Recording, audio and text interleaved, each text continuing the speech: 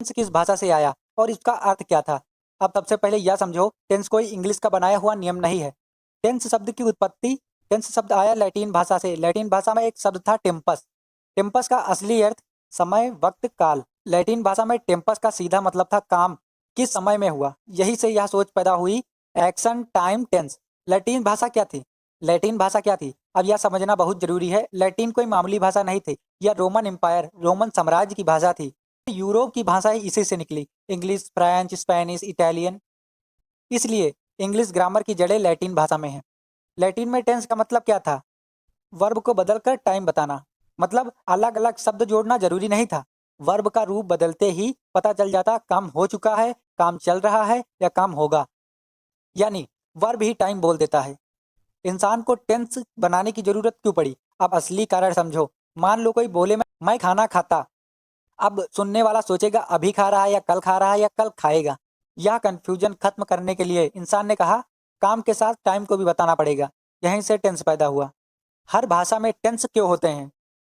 क्योंकि हर इंसान जानना चाहता है काम कब हुआ। इसलिए हिंदी में काल, संस्कृत में काल है और इंग्लिश में टेंस है। नाम अलग है, सोच एक ही है, टाइम बताना। इंग्लिश ने लैटिन से क्या लिया? इंग्लिश ने लैटिन से लिया आइडिया। वो आइडिया था काम प्लस समय साफ बताओ। मतलब काम और समय साफ बताओ। लेकिन इंग्लिश ने अपना तरीका बनाया हेल्पिंग वर्ब जोड़कर, is, am, are, has, have, was, were, ताकि सेंटेंस ज़्यादा साफ हो जाए। टेंस कोई रटा हुआ रूल नहीं है। टेंस इंसान की ज़रूरत से पैदा हुआ। और टेंस शब्द लैटिन के टेम्पस से आया, जिसका अर्थ है टाइम। एक लाइन में पूरा जवाब है। टेंस लैटिन भाषा के टेम्पस शब्द से आया है। टेम्पस का अर्थ है टाइम था और टेंस का मकसद था यह बताना कि काम कब हुआ। प्रेजेंट का मतलब है जो अभी सच है।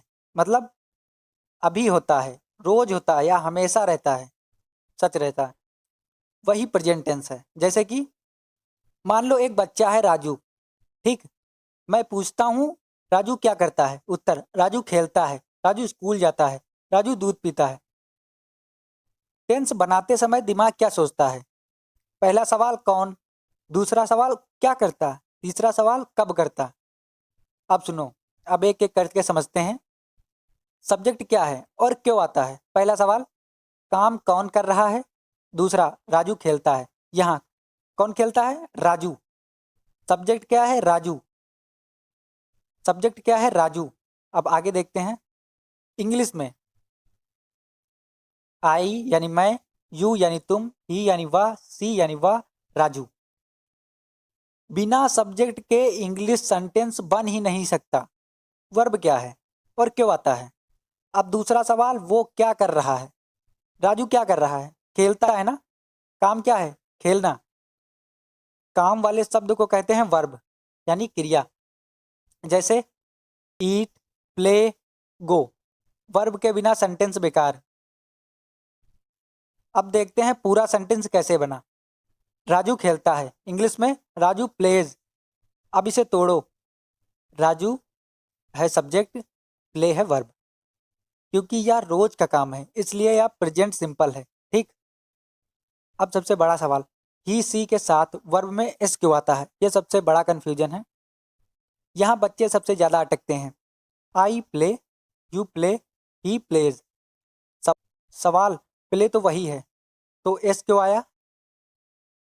एस क्यों आता है? इंग्लिश ने एक छोटा सा नियम बनाया। जब काम करने वाला एक अकेला इंसान हो और वो ही सी इट हो तो वर्ब के साथ एस लगा दो। इसका मतलब नहीं बदलता, सिर्फ बोलने का तरीका साफ होता है। इसलिए he eats, she runs, Raju plays, बस इतना ही। अगर काम अभी चल रहा हो तो राजू अभी खेल रहा है। हिंदी में रहा है। इंग्लिश ने रहा है के लिए शब्द बनाया is, am, are. Is, am, are क्यों आते हैं? क्योंकि इंग्लिश को बताना है काम अभी चल रहा है। इसलिए सेंटेंस बनता है Raju is playing. Raju subject, is बता रहा है कि काम चल रहा है, प्लेइंग काम। इज, एम, आर कैसे चुनते हैं? आई के साथ एम, ही सी इट के साथ इज, यू वी दे के साथ आर। कोई रटने की बात नहीं है, बस पहचान की बात है। प्रेजेंट कंटिन्यूअस का स्ट्रक्चर कैसे बनता है? दिमाग का ऑर्डर देखो। कौन सब्जेक्ट, अभी इज, एम, आर, क्या कर रहा है, वर्ब प्लस आईएनजी। ठीक, इसलिए बना subject plus is am are plus verb plus ING.